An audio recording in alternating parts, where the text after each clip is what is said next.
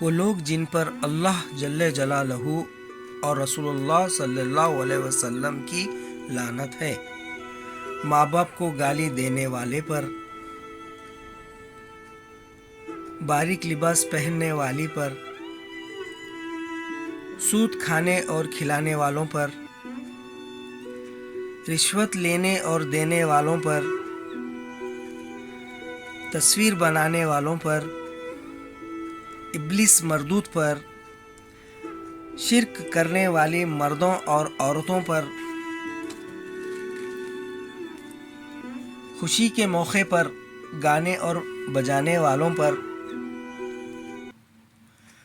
پاک دامن عورت پر تہمت لگانے والوں پر، زمین پر فساد پھیلانے والوں پر